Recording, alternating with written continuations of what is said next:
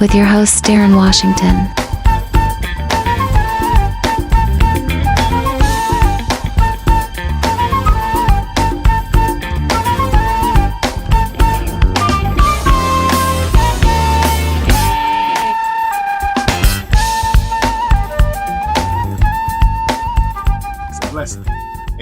Well, listen, I'm looking forward to this night, to this day. I tell you, and we at Shops on Top. We at here at Shops on Top in our event space. We call it Shops on Top Entertainment.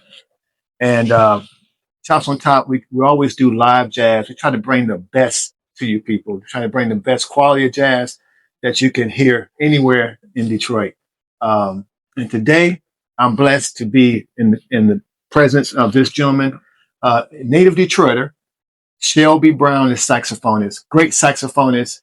He's going to be here on the 22nd, November of the 22nd. And I tell you right now, if you haven't got your tickets yet, you got to get those tickets because it's going to be a sellout. It's going to be a sellout, guaranteed sellout. And we may have two shows. We're not sure, but we're going to see what we can do. We would love to have two shows. But I know for sure that first show is going to be a sellout. But Shelby Brown, he needs no introductions, really. First class gentleman, one of the finest saxophone players that I have. And I'm really eager and anxious to have him be a part of Shops on Top Entertainment that night, Saturday night, 7 p.m., November the 22nd. And let me just stop talking. I don't want to keep talking, but I want this gentleman to just come on in and tell me, Shelby, I know you're excited. Oh yeah. So I'm looking forward to it. So, it's sure. Well, first let me say, hey, thank you for those kind words. It means a lot. Yes. And, looking around the establishment here, you don't have this kind of decor and this kind of memorabilia without having some knowledge base about the industry, the music. Yes. You know what I'm saying? The art, I know that you do. You got some stuff up here, man. I'm like, I don't even know who that guy is, but everybody else. Yes. I'm like, you got some stuff up here and this is a beautiful venue. Beautiful. Thank you. Yeah, I would love, and I can't wait to play the room. Oh, that's beautiful, man. I know that, that night, we're going to, do a tribute to one of my favorite artists, Grover Washington Jr. He's like, and he has my last name too, by the way. But I know, listen to Grover and I have heard you as well. I said, this would be a nice collaboration to make that happen. Sure. And I appreciate that too. It's funny that, you say that because, I was asked to do the tribute to Grover, last year. Yes. And, I accepted it. And I'll be honest with you, man. After I accepted the gig, I was like thinking to myself, man, I don't know none of this dude's music. Okay. I'm going to pull this off. Yeah. And so, as musicians, we always looking for challenges. For sure. We always try to push ourselves and we venture out into, spaces that are unknown musically. And, when I started doing the research and going through the music, I was like, I know this music. Yes. Yeah, I grew up listening to this music. Absolutely. I know what this is. Absolutely. And I knew it. And so then I jumped into that Strawberry Hill album. And I was like, yeah, man, I know all these songs, and it's just started bringing back, I started getting glimpses of growing up, back in the 80s and stuff. Yes. When that music was very prevalent. And so, I put together some songs that I felt like I can really dig into, which was, some of the popular songs that Grover played, like, Black Frost. Oh my gosh. It's timeless pieces like Inner City Blues. Yes. And then I hit a song, Let It Flow. Oh man. And I was like, man, I remember listening to this growing up. Yes. Not understanding, the power behind it. Right. The timelessness that it had. Yeah, for sure. And so when we performed the show the first time we did it, it was kind of an awakening. Okay. Because and I said that in this sense, not an awakening, meaning that I want to, in a good sense for Good me, sense, because, yes. we're musicians, we're our worst critic, right? Yes. And so I was like, man, I got to do some work, because we kind of played it like the record was, Yes. like it was on the record, and we didn't really venture out too much. Yes. And so the show was good, but I was a little disappointed. Okay. Because I felt like we could have embellished it, more, you know, and at the same time keeping it Spirit Grover, but we could have made it a little bit more exciting. We could have put that ooh-wee factor in it, right? All right. And so when we did it the second time, we had an opportunity to do the second time. It was like, okay, we on to something. On to something, yes. And so then we started tweaking it. And then it's about having those kind of personalities on stage too, that understands that, because you have a few kind of musicians, those that will not stray from the integrity of the song. Okay. And then you have those that like to, push the boundaries. Okay, yes. Okay, yeah. Right? Yes. And so the second time, I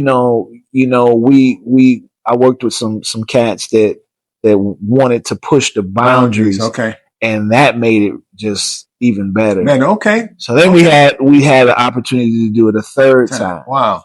And yeah, that was by far we was dialed in. That's beautiful. So now opportunity to actually do this, and now we have it dialed in the way that I love it. That it's one. So this should probably be the best performance of Grover that we've done. I have no doubt. Because I feel actually I feel the energy right here. Yeah. So when I feel the energy, something about the energy, I can tell that it's going to be fire that night. Oh yeah. And then we have since we've made it our own, we've internalized it. Okay. And we've made it our own. Now I'm excited. We know we can put a little splash of this in there, splash of that in there, just to keep the crowd and our audience and our listeners engaged. Yes. Because when they feel good, you got to go with. You got to go with. Man! And listen, I'm a spectator too. I'm gonna be here hosting. Sure. But I love jazz. So I'm gonna be here right there. I'm gonna be right there. Listen every second. Sure. I'm gonna be right there. But listen, also too, you have a new album coming out yourself. I do. And I do. I know people need to know that as well. I do, and I appreciate that. Yeah, I appreciate that. So it was 2 years in the making, actually. Okay, good. And tell me a little bit about that. Just just when I go too deep, but so you noops or something else, man. Let me just put that. Hey, that's it's okay. You noops or something else, man. That's so I'm on. I see the correlation now. 'Cause, you got me today.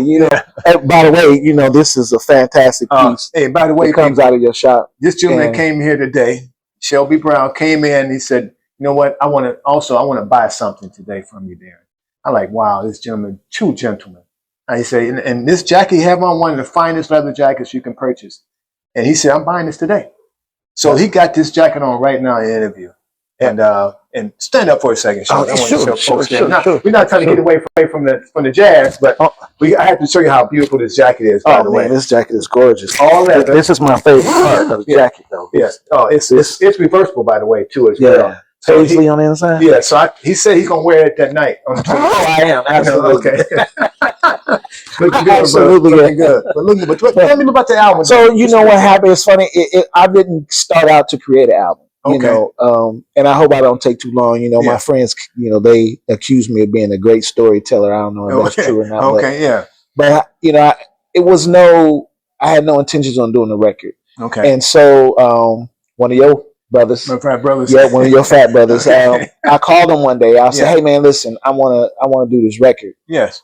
Or I want to do some music. Yeah. And I don't know if I want to do a record or not because I'm just getting back into the music business. I had recently retired from municipal work. And I was like, hey, now I got time to get into this music. I want to try it like this.